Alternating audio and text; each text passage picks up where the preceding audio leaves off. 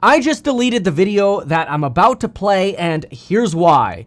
Before I could even get into the meat of the video, and I know that because I had hundreds to thousands of comments within 2 minutes of a 21-minute video being posted, I had a swarm of bots, or whatever you want to call it, screaming, "You can't trust the Department of Justice," or "You can't believe anything in that Department of Justice indictment." I know. I literally say in the video, I don't know if I can trust these allegations. I'm covering the story. I'm going to post what I recorded for you to watch. Because this is so touchy, and people on one hand are hating these influencers, which they shouldn't be, and on the other hand are like, how could you believe this, before watching the video? I don't know what's going to happen in the comment section. I'm not going to like disable the comments or whatever. Just good luck. It's going to be a shit show down there. Just saying. So I wanted to re-upload this video and post it with this disclaimer, because there are a lot of people that are like, you can't believe the Department of Justice, you know, believe Tim Pool and Dave Ruben or whatever. And then there are just as many other people going, I can't believe Tim Pool and Dave Ruben would do this. They're traitors. I even say in this video, I'm not casting shade on anyone. I don't know what to believe. I'm just saying we should all be asking ourselves, wow, everything we hear on the internet, we should be looking at with a grain of salt, because what we see in this indictment, the allegations are pretty crazy. Let's play the video the way I recorded it earlier. Good luck in the comments section. It's gonna be crazy. I'm absolutely shocked. Multiple YouTubers, including David Ruben, Tim Pool, Lauren Southern, and others, have gotten caught up in being paid by a Russian disinformation media platform, according to a Department of Justice indictment. Now, in this video, we're going to go right into the indictment, because some of this stuff is wild, including how much they're being paid, what kind of information to spread, and how to amplify Russian propaganda without making it seem like it was Russian propaganda. This is really important, and this is not a slate against the creators at all. In fact, many of these creators I actually think are generally pretty smart folks, but they got duped. So this is not a bash against them, but they got big time duped here. And this indictment looks really nasty and should make all of us question what we're listening to online and how the people we're listening to are getting funded. I want to be exceptionally clear here. Other than my courses on building your wealth, which that and my Mastermind program and my companies like House Hack or Stock Hack for financial advice, the vast majority of my income comes from there and nowhere else. Tiny little bit from things like life insurance, matkevin.com/life, or like matkevin.com/StreamYard. But I don't have any sponsors or like media organization or whatever sending me payments or anything. Although I will say there are a lot of people who send emails all the time or messages on social media like X, for example, all the time, that act like they're your buddy. And they're like, oh, I love you. You do great work. By the way, did you see this on Ukraine? By the way, did you see this on Russia? And I'm always like, man, how do y'all have time to sit here all freaking day long and just send this stuff? And I always get sussed, but now I'm starting to wonder if those sort of contacts, most of which just go right to archive, are really just the bot farms that end up showing up in our comments on YouTube videos, that show up in messages and emails acting like they're customers, or they join groups acting like they're normal Americans, when reality is they're just peddling disinformation because they're part of some Russian or Chinese botnet. In fact, boy, it's probably been a couple years ago now, but a couple of years ago, I made a video on how China actually spreads Russian disinformation on YouTube. The New York Times, and I know a lot of people don't like the New York Times, but the New York Times did an expose on this about basically how China will pay influencers to vlog in China, and they'll like clean up the streets around the influencers, and they'll hire actors to walk around and act happy and whatever. And the influencers walk around like, wow, look, this place is so great. I don't understand why the Americans talk such crap about China. Meanwhile, it's all orchestrated and they're getting payments straight from freaking China. Video's on the channel somewhere. You're welcome to go hunt for it. But for now, let's go look at this indictment because, look, it's scary. It's scary to think about the information that we could be reading on the Wall Street Journal, in The Economist, in the New York Times, the Washington Post, on X, on YouTube, could all just be a flagrant lie. Now, a lot of this I can already feel you saying, come on, Kevin, we already knew this. Of course, everybody has a bias. Everybody has an agenda. Like, I think my agenda is pretty clear. I think everybody should join my courses on building your wealth and buy real estate and get financial advice through stockhack.com, which we're launching on October 1st, like actual financial advice. Like, that's pretty clear, my agenda. I really don't care who wins the election. No matter who wins the election, I got a job to do on both ends. With real estate, financial advice, you name it. But this is something else, okay? This is really interesting. So let's get into this indictment right here. This is wild. A sealed indictment, now unsealed with some redactions. But anyway, I'll just give you the simple stuff because it's 32 pages long. Russia Today collapsed after Russia invaded Ukraine, mostly not really directly as a result of, well, failing, but basically it got dropped by distributors, forced to cease operations formally, and was sanctioned. So basically they got forced out of business, right? I guess that's the same as getting collapsed, so to speak. But anyway, ceased operations in the United States, Canada, the United Kingdom, and the EU. In response, Russia Today created, in the words of its editor-in-chief, an empire of covert projects designed to shape public opinion in Western audiences. One of Russia Today's covert projects, described herein, is its funding and direction of a Tennessee-based online content creation company, U.S. Company One. Now, you can Google this. It's pretty clear now at this point, but it's Tenet Media. Tenet Media is Company One. And Tenet Media hired two former employees of Russia Today, Kosta and Elena, the defendants, to deploy nearly $10 million through a network of shell companies to covertly fund influencers in America. And the goal of these influence campaigns, right here, amplifying U.S. domestic divisions in order to weaken U.S. opposition to core government of Russia interests, such as the ongoing operation in Ukraine. Okay, this is interesting because I don't watch a lot of other people's YouTube. I purposefully try not to, but for this one, I watched David Pakman's video on this because it relates directly to that line here. And I thought this was actually very interesting. I recognize that some of this may indeed be out of context, but I wanted to play this because I think David Pakman does enough context providing here that we could see that Tim Pool mentioned this particular clip right here within the last few months here. And you'll see why. Take a look at this commentary, though. We'll see right here from Tim Pool as David Pakman provides it. Here we go. This country and suggesting we should apologize to Russia. They know it. But I don't know that it matters anymore. This is psychotic. Ukraine is the enemy of this country. Ukraine is our enemy, being funded by the Democrats. I will stress this again. One of the greatest enemies of our nation right now is Ukraine.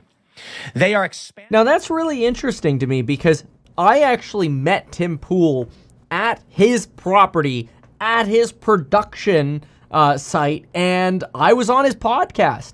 Well, we talked about real estate and money. We didn't talk geopolitics. I even interviewed him on my channel. And I actually thought, hey, this Tim Pool guy, I never really watched him before, but damn, he doesn't seem like that bad of a guy. Like, I actually think he's pretty smart. And I was impressed with a lot of the answers that he gave.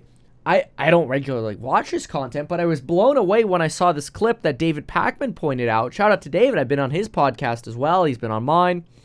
And it's interesting because this whole disinfo campaign is designed to create, as they say in this indictment, domestic divisions in order to weaken U.S. opposition to Russia.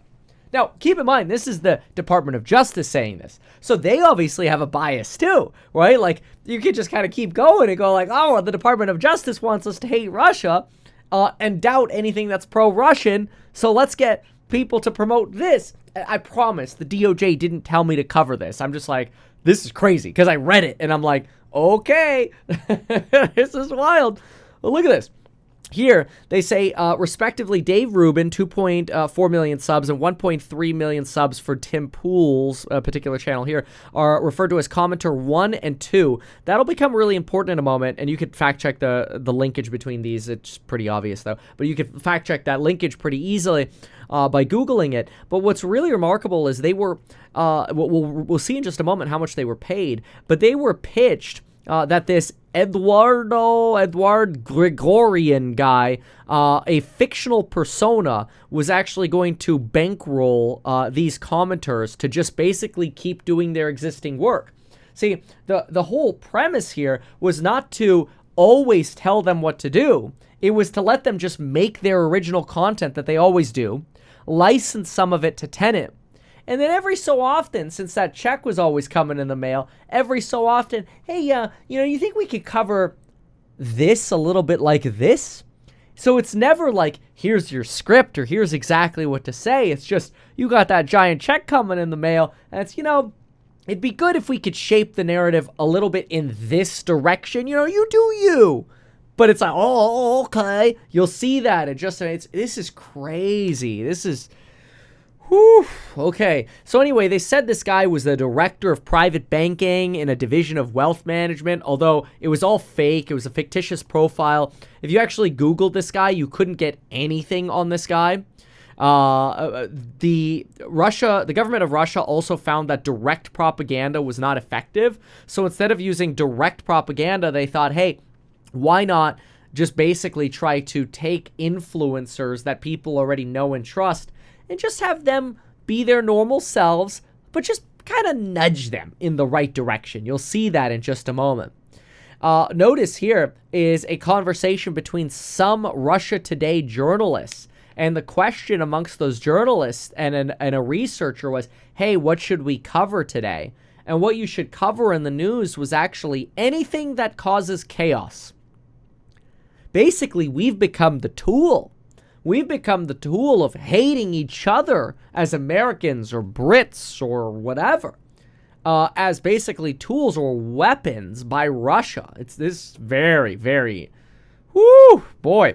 But watch some more of this. It gets pretty intense here. So obviously they didn't disclose that they were working for the Russian government, although it was obvious they knew they were working for the Russian government. During many occasions, they referred to them as the Russians. So the people running Tenet Media knew darn well they were working for the Russians. And obviously they didn't register as foreign agents.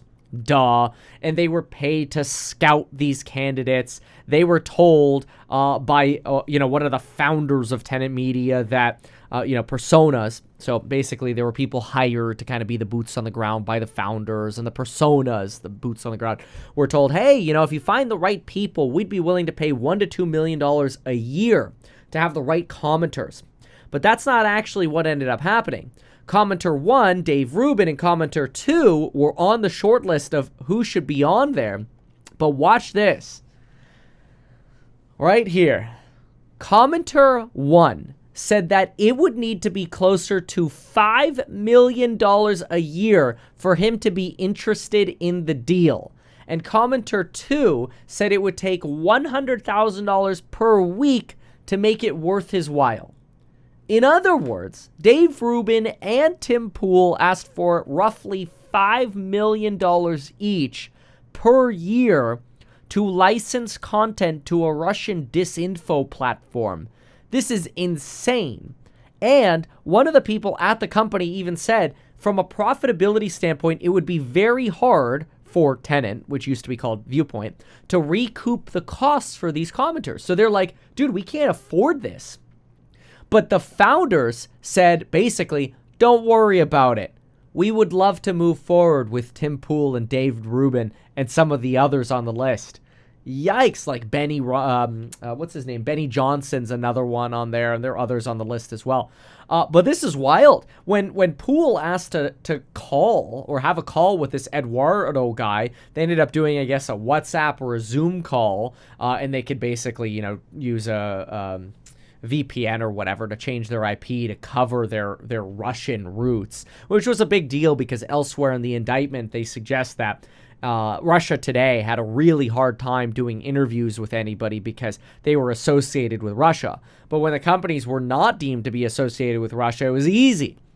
So one of the commenters, I think this was Dave Rubin. Yeah, here it is. Dave Rubin was really insisting on seeing some material, a profile, an article, or whatever, before he would feel comfortable moving forward. So this is the fake profile the Russians put together.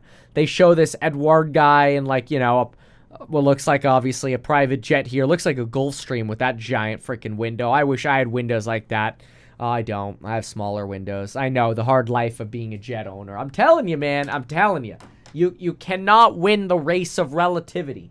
Okay? It's like, oh, buy a jet. You'll be happy. And then you show up with your jet and you're like, damn, that guy's got a bigger jet. Such stupid, mental toxicity of relativity things.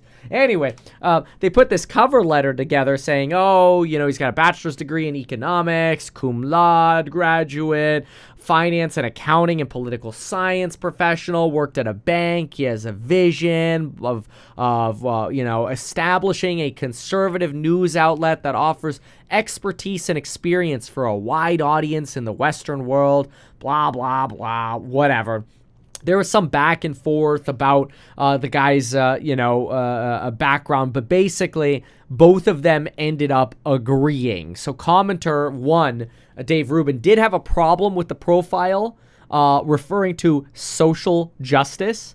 So he kind of got a little sus because he's like, hey, that's usually a term the liberals use, but I thought you wanted to create a conservative network. So, there was some susness. In fact, at one point, Edward Gorgorian, the fake dude, showed up to a Zoom call an hour early because they were in Moscow, which was an hour ahead of Paris. And they give the example here. I'm there, guys.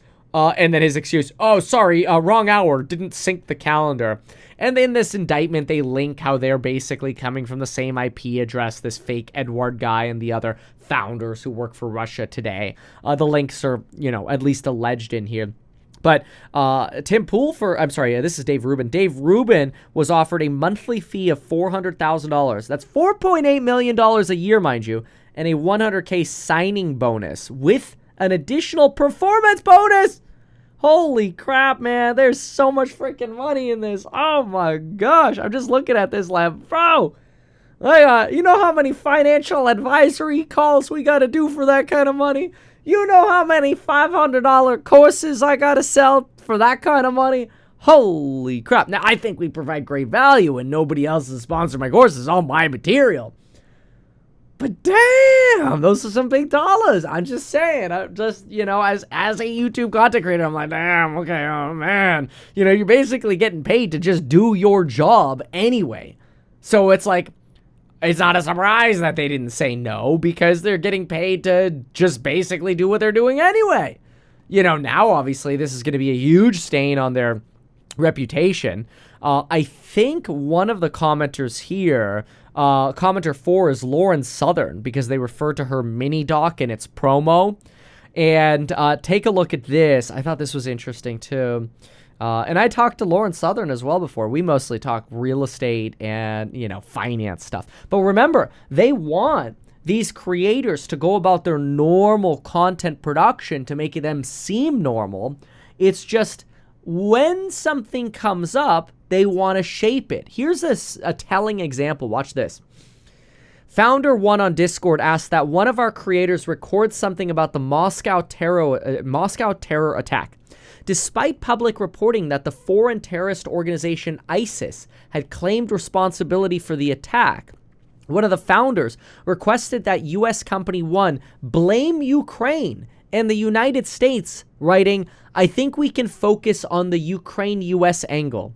The mainstream media spread fake news that ISIS claimed responsibility for the attack, yet ISIS itself never made such statements.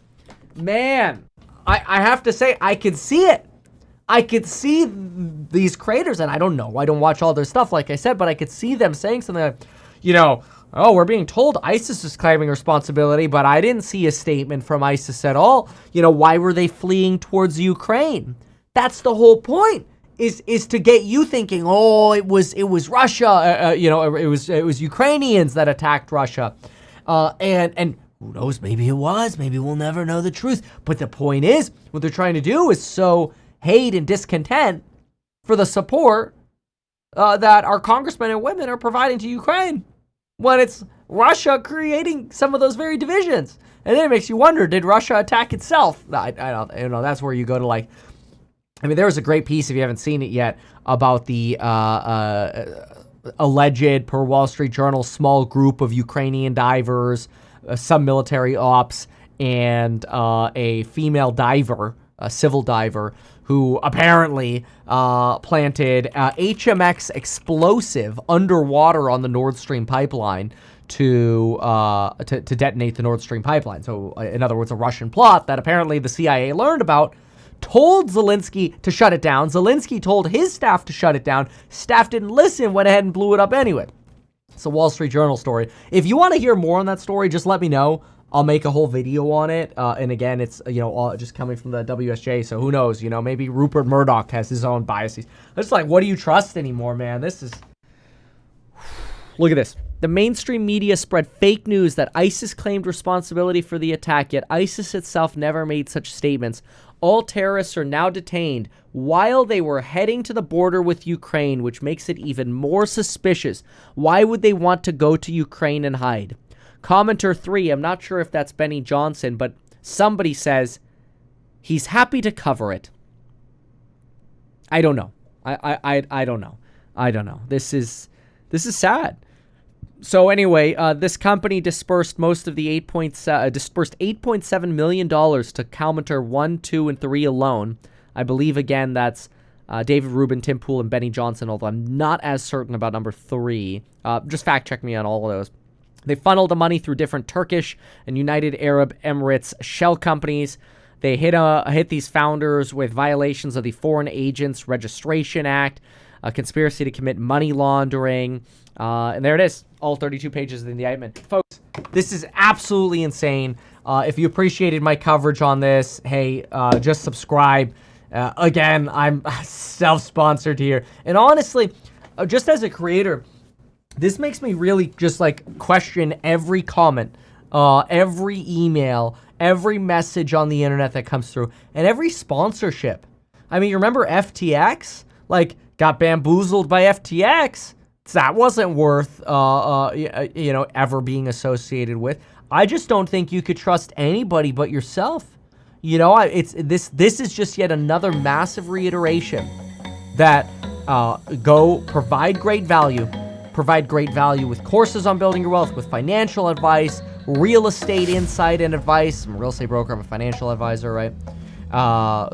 Build my companies like House Hack, Suit Hack, Stock Hack, and just make money for yourself, but stay away from these other assets. It's very, very scary. Anyway, thanks for watching me covering this. We'll see you in the next one. Goodbye and good luck. These things that you told us here, I feel like nobody else knows about this. We'll try a little advertising and see how it goes. Congratulations, man. You have done so much. People love you. People look up to you. Kevin Paffrath there, financial analyst and YouTuber. Meet Kevin. Always great to get your take.